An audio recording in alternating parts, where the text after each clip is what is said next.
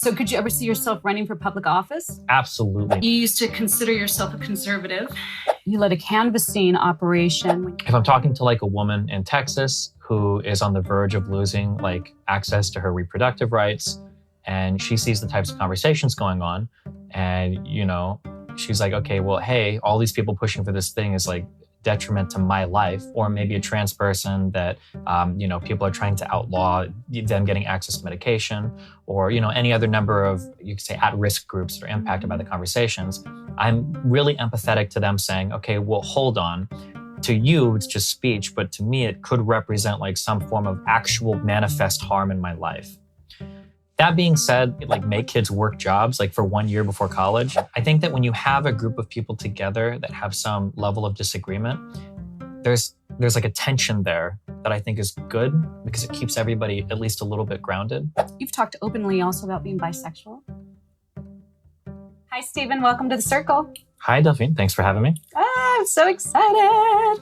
So, Stephen Bonnell, you're an online Twitch streamer, political commentator, and YouTube personality. Yep. But I got to tell you, I mean, it's probably not a surprise. Up until like maybe this past year, I had no idea what a Twitch streamer was. And when I was telling my friends you were coming on, they're like, what? Who? What is a Twitch streamer? What is... So for the sake of our audience, please tell us what the heck you do. I have varying levels of how I answer that question based on the level of expertise of the person asking. But the way I would describe it is basically, if you've ever seen like YouTube, it's like that. It's just live, basically. Yeah. Okay, so I'll play video games. I'll chat about different topics, current events or whatever. We do interviews, we do panels, we do, just a variety of stuff. Whatever a person can do on a computer, basically, except in front of an audience. Well, it's funny because I actually went on and I was looking at a bunch of things, and it seemed so much broader than what I originally thought. I thought it was just basically a gaming platform, and that's all anybody did. But there's a lot. I mean, it was my son Eris who introduced me to you or told me about you. Well, I've been hearing your voice around my house for years. Okay, I'm sorry. Shut up! Yeah. But he said, Mom, I think he would make for a great interview. So I actually looked into a little bit more. But of course, it was his girlfriend, Toulouse, that actually, because that's women get shit done, I'm saying, who reached out to you, and you were gracious enough to come on. So in reading up about it, though, you are one of the originators. I mean, Wikipedia calls you a pioneer in the industry. So yeah, I think I was the first one to actually quit my job and do streaming full-time as a profession. I'm pretty sure. Wow. So what got you to do that? What made you think that this is the thing for you? I've always been I would like to think I've always been a pretty funny person, and I've always played video games. And outside my high school, outside of like one of the classrooms or sometimes a band room, we would just set up like a TV at a PlayStation and we would just play games with each other. And I think we all had a fun time doing it. Several years later, I had a friend show me that like, hey, there's this weird kind of stuff online where people can broadcast their computer stuff and then talk about what's going on. And maybe it'd be funny to like do something like that. I was like, I was basically translating that real life experience into kind of like an online format. And I started doing it, and it just slowly kind of ramped up over time. And yeah. How has been the response? I mean, when you got started, how long did it take before it really started taking off and you're like, wait a minute, this is really something?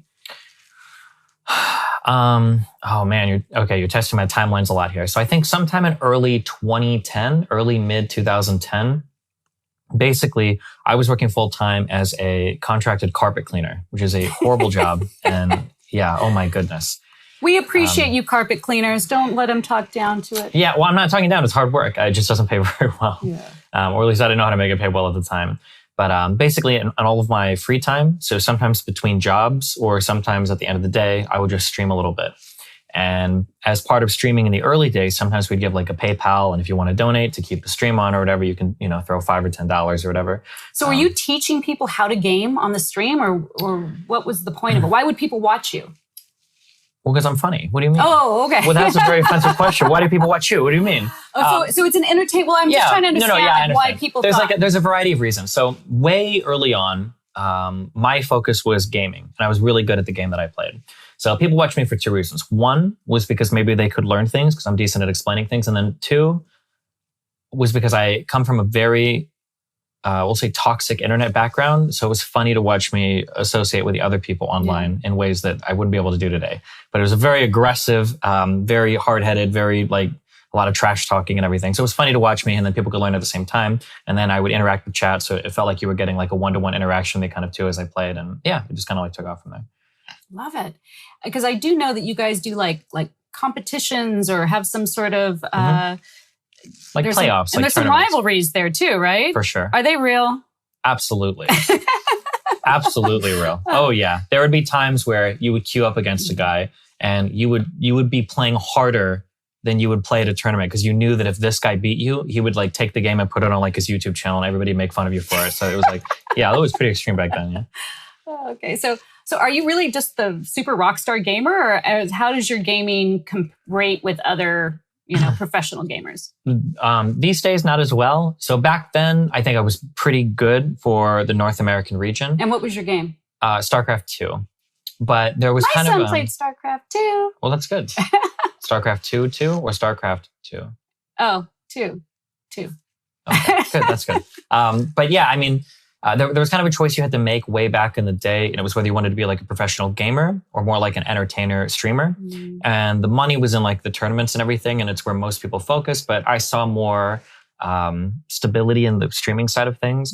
I already had a child, I had a house, I had bills to pay. It wasn't just like, this is all fun and games. And I couldn't risk like if I do bad at tournaments for 2 or 3 months, I'd miss my mortgage. So I always kind of opted to focus on the streaming side of things. How do you make money on streaming?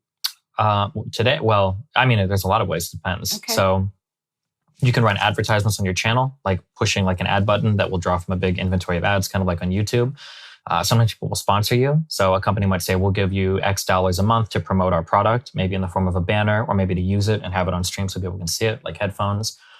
People can donate money to you directly, maybe to have like a funny message pop up on stream or something. You can sell merchandise. I think I have like a sweatshirt back here with my little logo on it. Is that for me? Absolutely not. Darn it. I almost got some. So do you make a good living doing this? Better than anything. Yeah. That was within my grasp. Yeah, for sure. Wow, Yeah. that's awesome. Can you show me how to do it? Well, you're halfway there now, right? I'm still trying to figure it out. Yeah. Okay. So let's help a girl out. So tell me, is Twitch like the largest e-gaming platform, or is it turned more into more like lifestyle stuff? I think the three that are vying for the top spot right now are YouTube, Facebook, and Twitch. I think culture-wise, yeah. Really? Facebook has tried to break into the gaming space, although they're having more trouble doing it. YouTube owns the gaming space in terms of like videos. Like if you want to go watch videos about gaming, you're going on YouTube. But for live streaming, I think Twitch is still at the top, although Twitch has expanded pretty significantly to non-just gaming content. Yeah. So let's say I'm going to go on. Do I pick like a game I want to watch, or how does people normally get, introduced to what you guys do? It super depends. There's a lot of different potential vectors, I guess. Sometimes it might be somebody's doing something funny, so you link a friend to stream, Okay. and then you start watching a streamer that way. You might find a streamer through YouTube, because a lot of streamers upload their stuff on YouTube. So a lot of people might watch me on YouTube, and then they'll hop over and they'll try to check out a stream. Other times, maybe you're on Twitch already because you watch a certain streamer or a certain game, so you can branch out from there. It just kind of depends. It's kind of like YouTube. Like, how do you get into YouTube? It just depends on what you get linked or where you come from. Right. Does most of your audience come to you for gaming? Because you also do lots of other stuff, and you're actually known now for being a political commentator or commentary person. And those two, when Eris was telling me about it, I was like, how do those two relate? How do you talk about politics while you're gaming? So do you think more people are coming to you for the gaming or for the political commentary? Prior to 2016, it was definitely for the gaming. And then around 2016 and then onward, it started to shift more towards kind of political or current events commentary. What made you decide to get started with that? So I've never really believed much in like specialization as humans in your whole life. So like there's archetypes of like you're either a jock or you're a nerd or you're like a musician or whatever. I think a lot of people can have a lot of interest over a wide variety of topics. So even when I played games back in the early days, 2010, 2011, 2012, I'd still like talk about current events or whatever topics were big in like science or philosophy or whatever we were arguing about on stream. It would just depend. And then when 2016 happened, I noticed that when Trump started talking a lot, when people started responding to things he was saying, the conversations were very, very, very low quality. There wasn't a lot of like factual foundation for what people were arguing. And I would get kind of frustrated because I'd be like, these two people are totally not connecting on this topic at all. Maybe if I have some of these conversations, I can like contribute positively to the overall discourse. So. I like that. Well, it ended up with me just screaming into the abyss. But the start was of noble intent. So, yeah. Well, I think that from what I understand, you have brought a lot of really good discussions of things that maybe a lot of people haven't talked about or haven't thought about, especially for the younger generation. What is the demographic of your viewership, do you think? If I had to guess across all platforms, it's probably like 85 to 90% male. Probably majority is like 18 to like 24. Maybe it probably skews a bit older, probably like 22 to 26 more. Because I do the political stuff, my audience will skew a bit older and because I've been streaming so long. So Yeah. Well, hopefully after 26, they have a job. Yeah. Just saying. For sure. Just saying. Do you know a 26-year-old that needs a job? Well, we'll talk about that later. Okay. I'm not allowed to talk about it on the show. Gotcha. So what is your average audience reach? The average show? It's really hard to measure that because different metrics mean so much differently. So on YouTube, I think I'm averaging around like 7.5 million views a month. Oh my gosh. Yeah. So then on each video, hopefully they're getting anywhere from 100 to 200,000 views. On a live stream for like a live viewership, like how many people watching at once, it's anywhere from like, if I'm doing something interesting, probably around 10,000 live viewers. And then there's other social media platforms, Twitter and Instagram, but it's harder to measure. Yeah. Because the viewership means different things on different platforms. Like 100,000 views on a YouTube video is pretty good, but 10,000 live viewers is way better than 100,000 like passive views on a video. So it's kind of hard to measure it all. Right. And does Twitch provide all those metrics for you? Are they good at helping to track where your audience is coming from, when there's viewing, all of that? Yeah, pretty decent, yeah. Well, that's awesome. Okay, got to teach me, man. Yeah, I want 10,000 people watching me. There are ways. It depends on how much integrity you're willing to sacrifice, but there are definitely ways to do it. There's a path forward there. Yeah. There you go. Well, I told my son that you remind me of Howard Stern because of the, and obviously I've come from a different generation, but just the, you're so open with your conversation. It's so uncensored. And that's what I remember Howard Stern really kind of creating that. Eris tells me you remind him of Bill Maher. And he's a big Bill Maher fan. So that is definitely a compliment because he loves how you mix humor with politics. Who do you liken yourself to? I've kind of had a strange upbringing. So I very much don't have like people that I model myself after. I always kind of have like an internal vision of kind of what I want to be. And then I kind of like push towards that. So I don't really model myself after others. I've been likened to Howard Stern. Half the time it's a positive thing. Half the time people are saying it as an insult. So the positive ways are like, oh, you have a lot of open, challenging conversations and you're like kind of funny when you do it. And then other people say you're just like an edgy shock jock trying to say whatever vulgar stuff you can to be disgusting, which I guess is like kind of what people said about Howard Stern at the time too, depending on what kind of person you were. But from what I've seen from you, I don't think that matches you. I mean, I think you just haven't seen the right video. Oh. I promise you. Oh. Yeah. So you are a shock jock at some Well, I try not to be, but it just depends on what I'm talking about, I guess. Yeah. Depends on the mood that day. Yeah, and who I'm talking to. Yeah. So you say that you have kind of like a vision of what you want to go for. What is that vision? When it comes to conversations, my goal is I want to be factually correct on everything I talk about. So I'm hoping that I'm coming from like a factual foundation when I address an issue, and then when I give like a suggestion for an issue. So let's say we're talking about like housing problems in a city. I would hope that I have a decent understanding of like, well, what do economists think about like what's good for housing? And then what's the situation? And then like, what can we do to, rectify whatever problems there are? So having like a good factual foundation is important for me. And then the second thing is having a good level of understanding. I noticed that this is missing in almost all conversations. People on the left are seen as like, they want to teach white people to hate themselves and, bend over backwards for minorities, blah, blah, blah. And then everybody on the right is like a fascist, dictator loving, racist, horrible person. So money grubbing. Yeah, I kind of hope sometimes to bridge those worlds. Is why I like debating. People are arguing because it kind of forces people to confront somebody with a different set of ideas than your own. Yeah. Well, how much time do you spend researching these topics before you talk about them on air? It totally depends. oftentimes sometimes there's little research because I've already debated the topic over and over again. Mhm. But I would say like preliminary, if we're jumping into something pretty complicated, it can be anywhere from like, honestly, it can be anywhere from like 2 to like 48 hours of research. It really depends. Like on some topics, it's just a matter of like reading a couple studies or even the abstracts of the studies, and you have a general idea of what's going on. For other more complicated topics, it might involve a lot more digging through, like what do different scholars say about a thing, or what articles have been written about a thing, or what is the history of an area. So it depends. So when I'm having conversations about like Middle Eastern stuff, there's like kind of a lot of digging you have to do in like the history and then the different groups involved in all the conflicts. So that might be very difficult. But if there's a conversation about something related to like the coronavirus or vaccines, that might be simply like, well, what has the CDC said about something, or what is like the latest research say about something? So it might be easier for that. When would you have time to do any of that? I mean, you're on air for what, like 8 to 10 hours a day, right? Well, there's one is my life is work. So I work all the time. So usually I'm reading stuff related to stream before stream and after stream if I'm interested in it.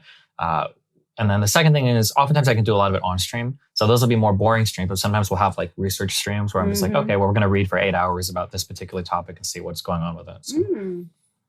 Using your time wisely. Yeah. So where do you get your news? That's a really... I answer this in the most insulting way possible. I think that it's really easy to get good news. I think that most people just are too lazy to do it. The thing that I say is if you're willing to read a full article from top to bottom, you're going to be more informed than basically everybody on a given topic because people only read the headlines. Or if you're just willing to read your news as opposed to get it from broadcast television. Sure, potentially, yeah. So like any of like the major media companies will get things like mostly right. Like even Fox News reporting will get things mostly right. So like Fox News reporting, CNN, on the ground reporting for stuff like AP and Reuters is always going to be really good in terms of factual basis. For foreign news, I mean like the BBC, Al Jazeera, these all do like a decent job.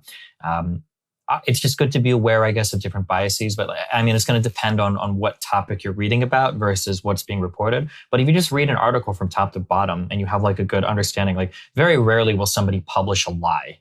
Like that's incredibly rare. Even on the right, like even on CNN, they're not just going to publish blatant lies, or even on Fox News, they're not just going to publish blatant lies. Usually they're just going to be like a bit of a slant in terms of how it's reported.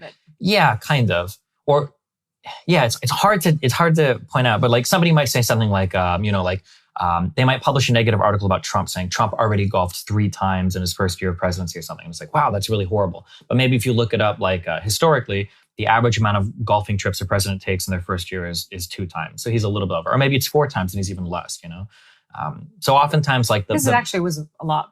I think it was lying, but I was using that as an example. But I'm just saying like a lot of times the bias is not like they're just lying completely, but it might just be like the way something is phrased might be a little bit off. Yeah.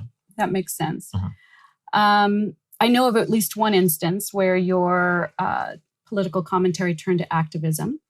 You led a canvassing operation with you and your viewers in support of a Democratic candidate, John Ossoff and Raphael Warnock, in the Georgia Senate runoff. My son was over the moon, excited about that because it really seemed to make an impact. Can you tell us a little bit about that story? Yeah, so basically I do a lot of politics talk online, and it's kind of, I'll say masturbatory. Like everybody gets online and they talk about politics and they feel really important and hurrah, hurrah, my team or whatever. But I would like to make a bit of more of an impact in real life. So I try to figure out like what are ways that I can gear my platform towards like actually effecting some type of real political change. I started to pull on random congressional candidates, smaller people that would be like, oh, I can give you a platform, I can interview you, maybe you get donations, maybe you raise awareness. And then I was trying to figure out like what is like the most like on the ground effective political action we can do. And I'd heard people talk about canvassing. And it's really hard to get people to show up for canvassing. So I went to Atlanta, Georgia. And I think I put out a tweet, and I think I mentioned it like a week or something in advance, like, hey, I'm going to be at a big park in Atlanta, Georgia. Like, if you think you'd be interested in signing up for canvassing, like, come by. And I was kind of hoping, I think if I got like 20 to 25 people, I think I would try to do something. And I was kind of like, my expectations were like maybe 10 or 15. I think we got around like 150 people to show up for that. Are you kidding? Yeah. Oh my gosh. And and so I had like this huge like crowd of people that I, was like talking to about canvassing and everything. It was like, okay, well, if I can get this many people in real life to show up, if I could get even half, if I could get even a third of these people to go canvass every week, that would be amazing. Because Like canvassers will struggle to field like so five. canvassing is going door to door. Door to door, knocking on doors, and yeah. So yeah, so basically we did that for, it was either 4 or 5 weeks in a row. Every weekend I would fly out.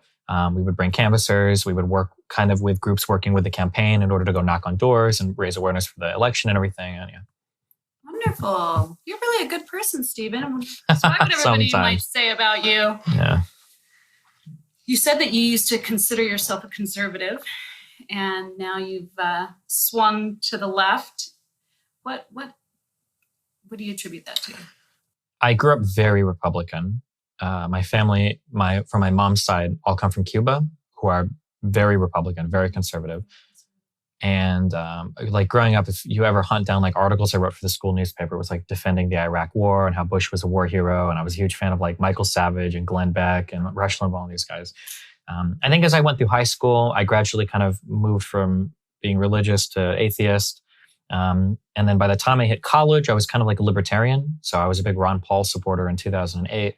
And then I think what happened was once I got into streaming, as I collected more and more experiences, I kind of saw how unfair life was in some ways. And I think it kind of shaped me a little bit differently.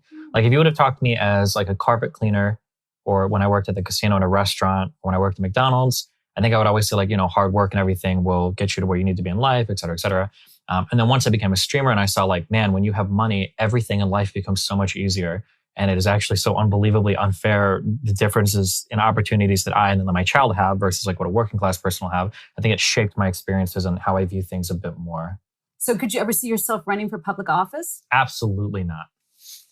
Damn it. My past is way too checkered. I did a second canvassing effort in my city for a mayoral candidate.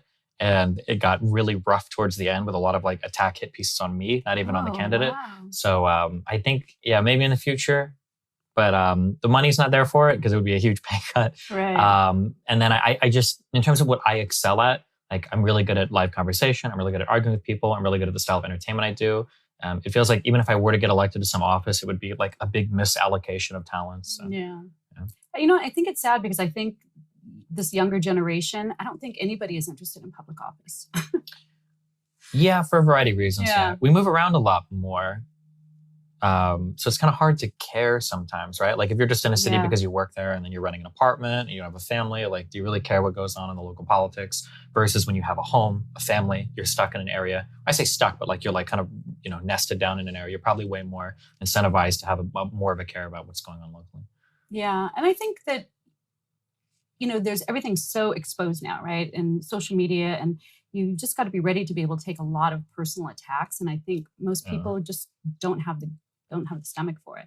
Yeah, it's very inhuman to be on social media. I think that's a totally fair thing. The way that we've evolved over time, I just don't think most people are equipped to deal with incredibly personal negative attacks from potentially hundreds or thousands or tens of thousands of people online. Sometimes it's a very difficult thing to deal with. So let's talk a little bit about cancel culture. Oh boy, okay. As I understand it, Eris told me you got canceled from Twitter. I've gotten canceled like 50 times from all sorts of things, yeah. Oh my gosh, so why? What's going on? Why did Twitter do it? Put it that way. So with Twitter, I fought with, there are people called race realists. So these are people that say that the division between human races is like a biological fact that can determine other traits about ourselves. So different people, different like white people versus black people versus Asian people might be more intelligent, more creative or whatever. And these are like biologically rooted.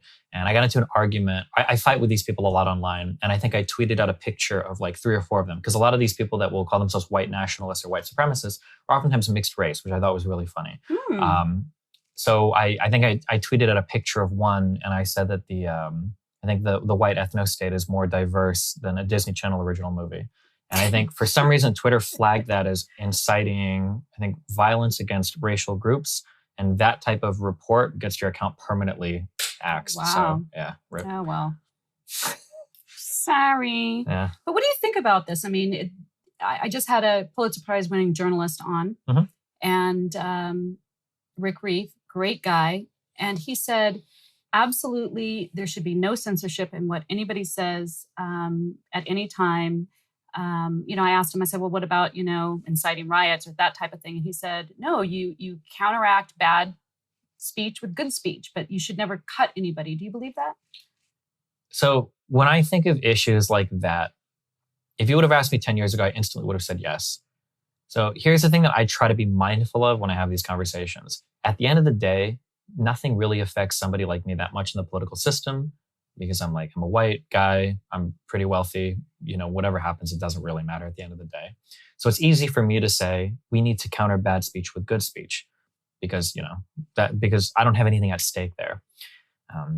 If I'm talking to a woman in Texas who is on the verge of losing access to her reproductive rights, and she sees the types of conversations going on, and she's like, okay, well, hey, all these people pushing for this thing is detriment to my life, or maybe a trans person that people are trying to outlaw them getting access to medication, or any other number of, you could say, at-risk groups that are impacted by the conversations. I'm really empathetic to them saying, okay, well, hold on.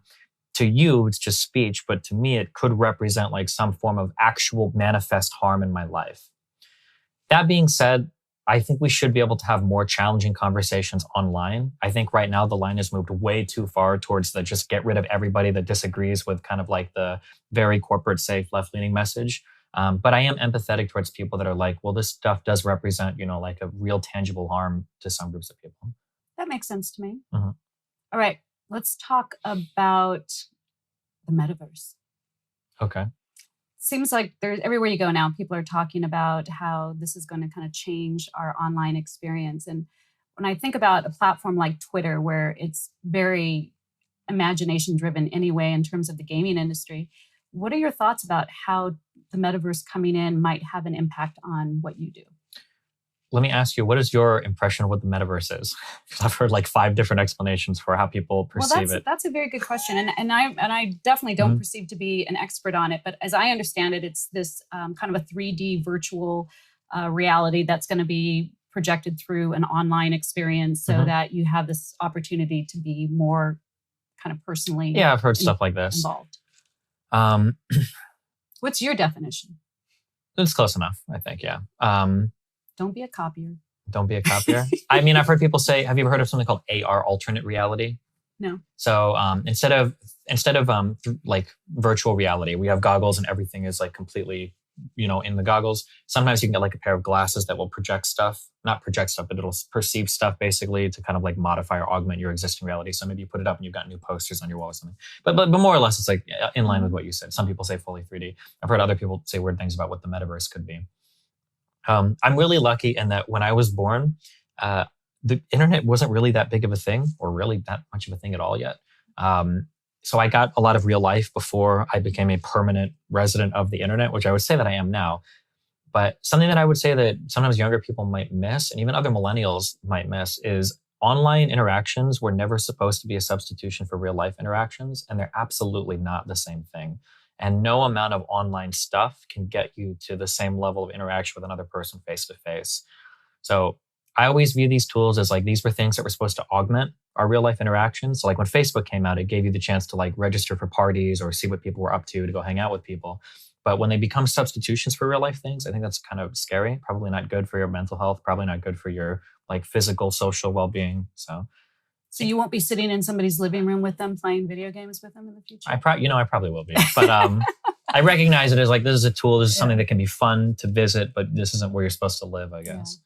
I totally agree. And it's interesting because even when I started the podcast, obviously I want to interview people that live all over the place. And so many people said, well, can we just do it online? Can we do it Zoom? Can we do an interview? And for me, I get so much more out of having the person sit across from me and just being able to, kind of respond to their nuances and their personality and the chemistry. And it's super important to me. And so I appreciate that somebody who makes his living on the internet does still distinguish between those two experiences. For sure. Yeah. I mean, I've been confronted with journalists sometimes with things I've said in the past, and when somebody's reading something back to you, it comes across a lot different than when you're in the middle of doing something. So I remember there was a journalist once who was trying to ask me questions about things I'd said in the past. And just reading down, like one of the things was like, so you were playing a video game against this other person. And I'm like, yeah. And she's like, you said that you were going to kill him and his entire family. What did you mean by that? And I'm like, well, it's just a joke. We say that, but trying to explain it sounds really weird, you know? Whereas like if you hear a bunch of people write it like, oh, I'm going to kill you. You know, it's a way different thing. So yeah, there's a lot of nuance that can be missed in text. And then any relationship where people are texting each other, they should realize that, where you can read things incorrectly. And then you'll miss, sometimes even when you're on camera, you can miss stuff, and there's no substitute for real life experiences. Yeah, I so agree. All right. Well, speaking of real life experiences, we do something here called the Big Questions. This is where we're going to do a deep dive to really get to uncover the inner workings of Stephen. Okay. And I call you Stephen, but really when you're gaming, your name is Destiny. I try to be Stephen most of the time. Yeah. Well, I'm just saying, most people I know call you Destiny. Sure. All right. So Stephen, do you have any consistent daily routines? Yes. I used to be so horrible at this 5 or 6 years ago. I would probably go to sleep at around, I would say probably 9 or 10 in the morning. And I would wake up at like 5 or 6 at night. The biggest routine, we don't know anybody that does that. Yeah. Not good. Not healthy. It's not a good thing to do. Not a good way to live your life. The most important thing I think I did was like getting my sleep schedule in order. So I'm waking up at the latest like 11 or 12 in the afternoon, and then trying to go to sleep anywhere from midnight to like 2 to 3 a.m., which maybe even that sounds extreme to some people, but it's a big improvement over going to sleep when the sun comes out. Absolutely. So I would say having a consistent sleep schedule is pretty important. Over the past like about 4 months ago, I started getting into working out, and that only matters if you do it consistently. The gym doesn't do much if you go once every 2 weeks or if you're kind of scattered. And yeah. Now, what is it that made you decide to make these changes in your life? The sleep thing was kind of health and kind of business. Nobody likes it if your stream is all over the place. They don't know when to schedule you into their time. If you're streaming at totally different hours every time of the day. Also, if you're in a relationship, it's probably nice to go to sleep and wake up with your partner instead of they're coming out of the bedroom and you're going in, you're like, oh, see you later. Not a good thing. Absolutely. So the sleeping thing was big. The gym thing, for somebody in my position, I don't think there's an excuse to be super out of shape because I have the most flexible schedule in the world and I have as much free time as I want. So I made that change. Yeah. Good for you. It's positive. Yeah. Who inspires you? So I've said this before, for maybe I'm really narcissistic, but I tend to not have very many external motivators in terms of what I do. I'm a very internally driven person, which has kind of been uniquely helpful for me in doing the streaming stuff because you get a lot of negative external pressure. In terms of people that I actually look up to in the broader world, it's pretty rare to find somebody. There's a guy called Sean Carroll that I super love. He has a background in theoretical physics, which is cool because I like science, but he has a show called the Mindscape podcast. I don't know if I'm allowed to plug another podcast here. Absolutely. Plug away. But he does a lot of like social topics, philosophy, a lot of that type of stuff as well. I have a lot of respect for people that can do hard science stuff and then softer cultural, sociological, art-driven stuff, because it feels like there's an artificial divide sometimes between those types of people. And I really don't like that. Where like a person that's an artist can't like math or science, or a person that's like an engineer can't like, loser art stuff. I like it when these worlds collide in people. I feel like that's coming down. I feel like that's becoming more and more the norm. I think you're right. I think in the beginning, people were very segmented. You're the jock, you're the geek, you're the whatever. But I feel like this newer generation hasn't really embraced that. And I think it's probably one of the most positive things that could happen because it's less likely to create, boundaries that people have to overcome in order to relate to one another. And I love that because when I was in high school, absolutely, you were labeled. You had to have a clique that you associated with. And I kind of was one of those people that I kind of bounced around, but I think I was the unique person in doing that. So I love that you're sharing that message because I think that's an important one. So what do you think is the purpose of life? I think you have to ask an atheist. Yeah. That's good. I have a better answer than a religious person. I think you need to find things in life that make you happy. And then I think you need to orient your life around pursuing and maximizing those things. I think that when people think about like what makes them happy, the worst possible thing you can do, it's better to have a wrong answer than no answer. Because if you have no answer, then society is going to fill that in for you. And when you're in a culture where everybody wants to sell you something or tell you what to do or get you to, buy or join some group or whatever, it's very easy to get kind of lost in a sort of rat race. I know if there's anybody listening in their 30s, for millennials, there's a lot of people that made all the right steps. They did well in high school, they went to college, they got a good job, and now they're making, 70, 80, 90,000, maybe six figures now. And they're super miserable because they're not doing anything they like or love. And I think it's really sad. And that's actually really common in my age group, where it's like, oh, like, well, what do you like to do or what do you enjoy? And it's like, oh, I don't know. I work a lot, and, sometimes I watch Netflix, and, I have all this money and nothing to do with it, or no fun or no hobbies or whatever. So yeah, I think finding something that you really enjoy in life and then orienting your life around being able to do that is really important. Do you know your answer is the closest to how I think than anybody else I've interviewed? Oh, cool. I always say that the purpose of life is to find joy. Huh? And if you can find joy and orient your life around that path of finding joy, then you're always going to live a happy life. And usually you will end up finding yourself in very successful places, because when you're joyful, you attract positive energy. Hopefully, yeah. So, yay, thank you. I love that answer. What's a piece of advice that you were given that you've always remembered? Man, I don't remember where I read it, but somebody a long time ago told me, it was something along the line of like 30 minutes is a lot of time. There is so much time in the day to do things, and we waste so much time doing things like on our phone and whatnot. If you schedule like 30 minutes a day to pick up a hobby or an activity, like in 1 year, you can be at like a 99th percentile proficiency. You can be really, really, really good at some particular thing if you set aside some time to it. So you don't have to be like ultra regimenting your schedule. Like at 9:30, I do this. At 9:42, I do this. At 9:50, right? But like having like, every 20 minutes I wake up and I read a book instead of reading my phone. I think making little changes like that, you can find there's a whole bunch of time in your day that you can find if you actually schedule it out. God, that's such a great piece of advice. I hope all you kids are listening to this. If I could give a life piece of advice to kids, it doesn't matter what I say because I'll never listen to it. Because I know that I've always said this, if I could go back in time and talk to myself and I knew that it was me from the future, I still wouldn't listen to it. Try harder in school. Oh my God. Just study or work a little bit more in school. There's no excuse, man. Yeah. There's a lot of smart kids, I think, that just don't study enough. They don't put enough effort in. And you don't realize how much you've messed up until you're working a job. It's one of the reasons why I wish you could like make kids work jobs like for 1 year before college. So it's like, okay, well, if you don't do well in school or whatever, this is what the rest of your life could be like. You might be doing this thing that doesn't give you all the freedom and everything you want. So yeah, try hard in school. It is so true. And I think for a lot of people that drop out of college, once they get into the work world, they decide to go back because then they actually appreciate what learning is a wonderful opportunity, I always say. For sure. There are things in life that mature you very quickly.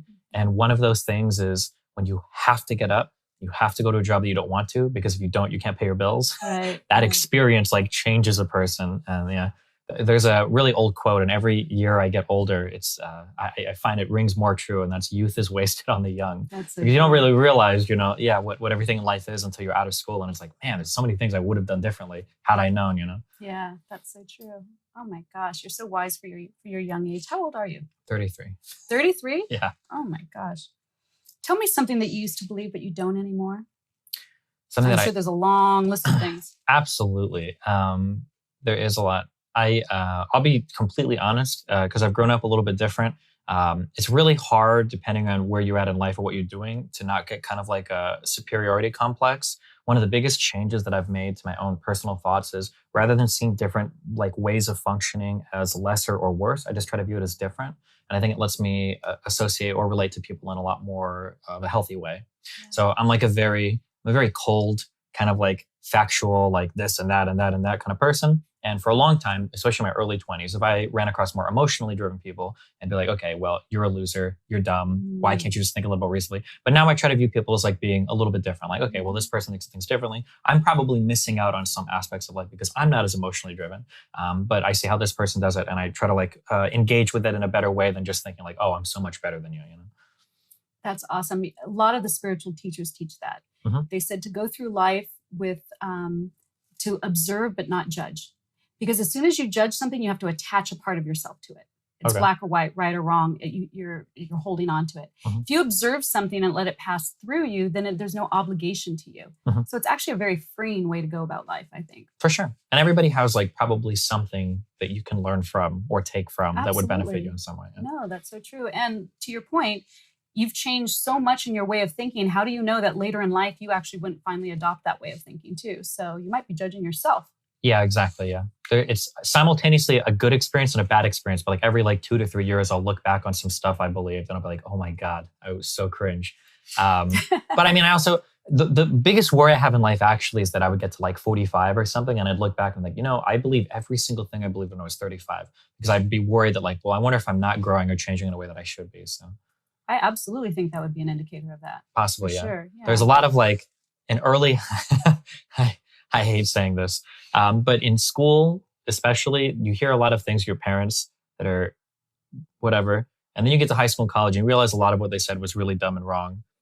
And then you get out of college and high school, and you're like, okay, actually, maybe they were correct on more things than I realized. But you kind of like need the learned experience to kind of connect to what they were saying sometimes. So yeah. It's so true. Thankfully, Arist often says now, you were right again. Yeah. Not that they're right on everything, though. No. Especially boomer parents. There's a lot of really dumb things they say. So, it's a hit or miss thing, so true. Which is why you got to learn through experience. You got to learn through experience. That's absolutely right. Mm-hmm. Tell me about a pressing issue that you think is super facing our planet that's bad. I think the biggest issue on the planet right now is that we live in, I'm going to use the phrase, different epistemic realities. The way that people figure out like what's true or false is just totally different. And I think the scariest thing that you run into is when you hit a divide like this, you can't communicate anymore. And then the divides will grow bigger and bigger. I think that when you have a group of people together that have some level of disagreement, there's like a tension there that I think is good because it keeps everybody at least a little bit grounded. And when everybody separates because they can't talk to each other anymore, you totally lose that. And then both sides fly off into crazy directions and it inhibits conversation.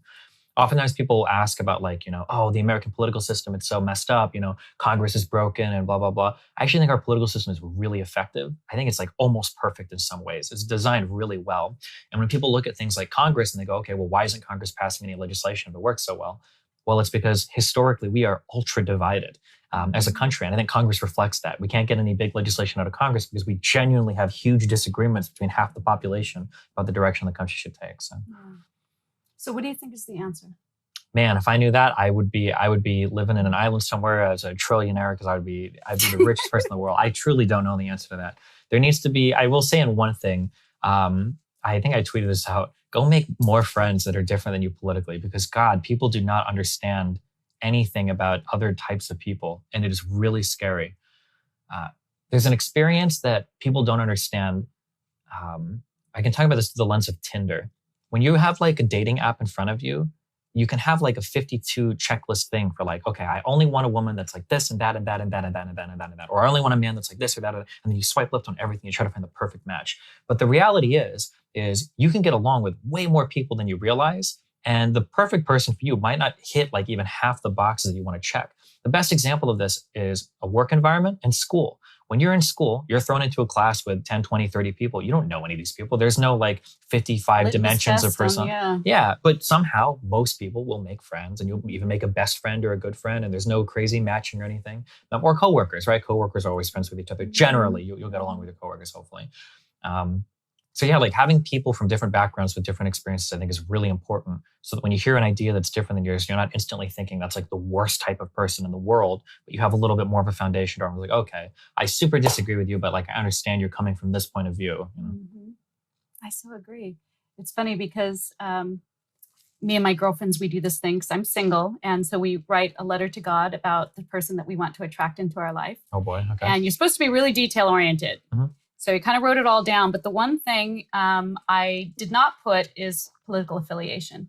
And even though I am a Democrat and pretty liberal, I like to be around people that have differing points of view. Obviously, I live in Orange County because I feel like it keeps you honest. And I want to always have discussions and I always want to grow and I always want to figure out how to be the best I can be. And I think to your point, if you surround yourself with people that are all like-minded with you, that think exactly the same way, you might not have that opportunity to grow as much. Yeah, exactly. Right?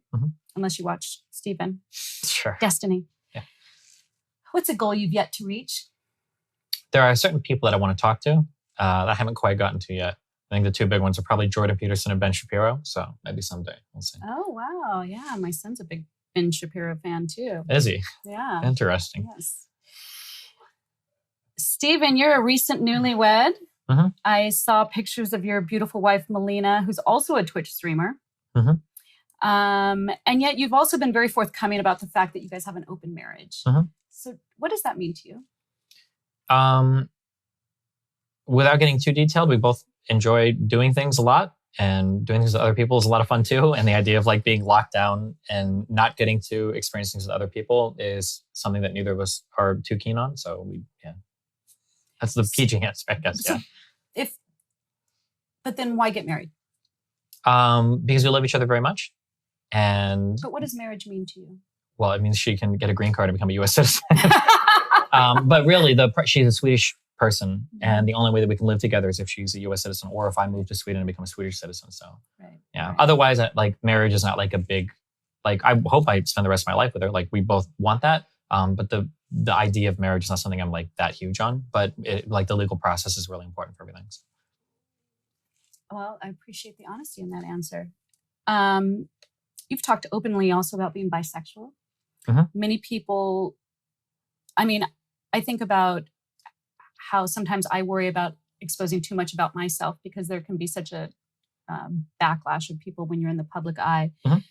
Was that difficult of a decision for you to make, to talk so openly about your sexual choices? I don't want to make it seem like it's not a difficult thing. For most people, I think it would be. I am a pretty unique person in that for whatever reason, how I was raised or how whatever came up, I just super don't care about other people's opinions about my life.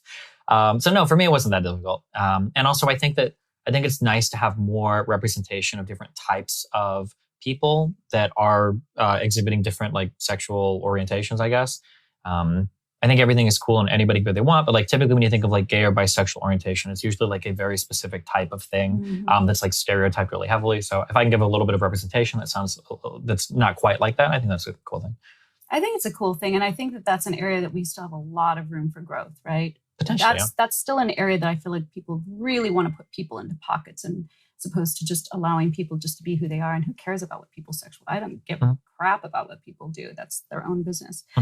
But I kudos to you for being so open and helping us lead in that direction. Sure. I think about it though, because you spend so much time in front of the camera and people know so much about your life. Do you get worried? Do you worry about like stalkers or your personal health? Safety? It kind of is what it is. I do what I can, but if something happens, it happens. There's not much. It's kind of hard I try not to worry about things that I can't do much about. Right. So, if something happens, that would suck, but hopefully not. Yeah. Well, that's a good thing. Being a pioneer in the industry, if there was somebody that was interested in getting onto Twitch and being a streamer, what advice would you have for them? There's kind of like there's a boilerplate question that I respond to with everything. There's two types of people. It's one, it will be Twitch streamers, and then other people will be like entrepreneurs. And because people even like, oh, I want to start this business. What do you think about this? My response is always the exact same. And it's, if I were to ask you, what are you offering that somebody would go to you before anybody else for? What is that thing? You should know that instantly. Like for the type of content that I do, I know what I excel at. Like if you want somebody that can like debate and argue with people and be entertaining, like in the way that I do it, I'm very unique there. Not many people can do it in the way that I do. So I know that. If you're like starting a business and you want to sell like a certain food, or you want to like offer a certain service, or if you want to be a streamer and you want to stream a certain thing, you should know immediately, like, well, why are people going to watch me or buy from me or associate with me over a competitor? And whatever that answer is, you have to know it, and then you have to play into it, and then you have to build around that basically. But it's a really difficult thing because it's not just like can I learn to play piano? It's can I be competitive in a space against other people that are all vying for a very limited amount of attention? And yet when I look at Twitch and I see some of the people, especially the kind of the real life people, they're literally, and Melina's one of them, right? She just kind of goes about her day and going to the store, I'm eating my lunch, I'm eating my breakfast. It would have been hard if you would have asked those people, what is it that is your point of unique differentiation? Because honestly, they're not that unique, right? It's kind of like, but it's something about their character or something about their personality or something about their look that is inspiring. And sometimes it might be hard for a person to know if they have the right chemistry or charisma or whatever to make it in on an online platform like that. Some people are just lucky and they'll have it without thinking about it much.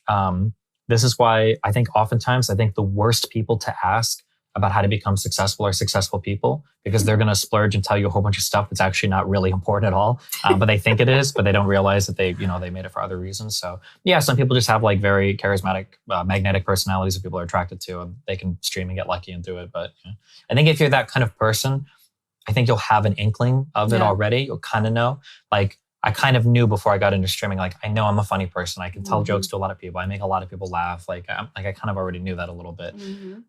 When people are emailing me saying like, I'm a very introverted, shy person and I want to get into streaming, it's like, okay, you have a lot of work to do to overcome that. And I think you got to get better lighting for your show, because after watching it, you are so much more handsome in real life. Okay. I mean, my lighting is awesome. Yes, okay? It's very colorful.